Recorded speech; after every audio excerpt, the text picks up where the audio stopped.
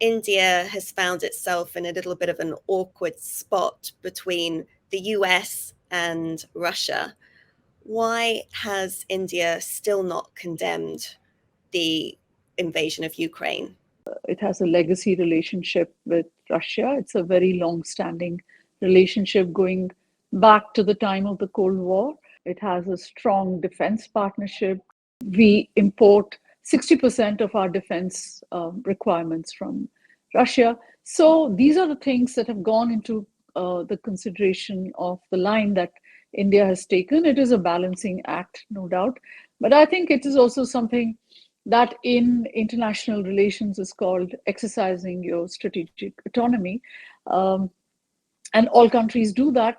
All countries act in their best interests on any global issue. And why do you think ordinary Indians have been supportive of this? Is it because they think Russia is very important to India, or are there any other reasons? I think many Indians are worried about their about the defense of the country, and they're very aware that we do not have friendly neighbors.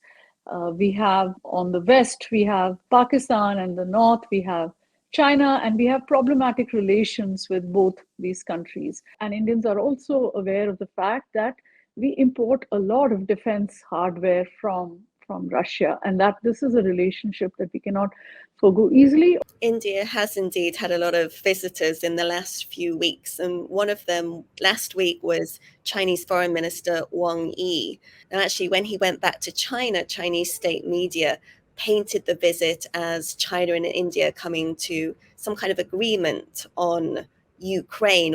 How is this viewed in India? Is there actually a Russia, China, India bloc when it comes to Ukraine? Yeah, maybe the Chinese see it like that, and maybe that was the intention of the visit, to project India, Russia, and China as a bloc. But I think there's a big difference between China's position on the war and India's position on the war. And although seemingly it may look on the surface of it, yes, both countries have abstained. Both countries have abstained on all the votes in the UN. Both countries have said that there needs to be a peaceful resolution. Both countries have said that there needs to be an immediate ceasefire. So all these are commonalities in the approach. But I think we come from two different places on this. So India has a very robust, strong relationship with every country in the West, with all of Europe, with every European country, with the EU. And it has a very, very strong partnership with the US, a very strategic partnership with the US. So I don't think, this can be seen as a bloc. I don't think China, Russia, and India are a bloc. Is there any discussion going on in India these days about any concerns that India is dependent on this nation that seems to be increasingly aligning itself with China? There is a bit of concern about that, about what the Russia-China relationship means for India, because India, as I said, has a problematic relationship with China, but it is friends with Russia. India does have concerns about the supply of defense hardware from Russia and how the sanctions might hit it. India and Russia are in conversation about this. India has also, in the last few years, diversified its defense. India bought oil recently from Russia, and there was an understanding that they can buy this oil. And India is also questioning at this moment that why is Europe allowed to import its energy requirements from Russia?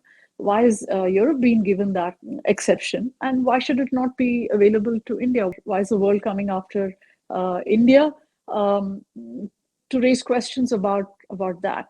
Or its defense relationship with Russia, when Europe, which is dependent on Russia for its energy needs, can go ahead and do business with Russia until it finds some way of substituting it. And apparently there is no way of substituting what Europe imports from Russia, at least in the near and the midterm, in fact. So these are questions that are being raised about the hypocrisy of the West in asking questions of India when they do the same with Russia. Among all the visitors to Delhi in recent days and weeks, we have now Russian Foreign Minister Sergei Lavrov visiting New Delhi. What should we read into that? Well, I think we can straight away say that he's coming to talk about the crisis in Ukraine, and perhaps bring Russia's side of the story. India has had to evacuate its own citizens from Ukraine with a lot of difficulty, but they managed to bring out 20,000 people with just one person died, which was very, very unfortunate. A young student died. A lot of Indian students have gone to Ukraine to study medicine. And India managed to evacuate them with, after lots of negotiations with both Ukrainians and Russians for safe corridors and so on. So there has been concern when Russia has spoken about nuclear war, about Russia's aerial bombardment of cities like Kharkiv, where there were lots of Indians.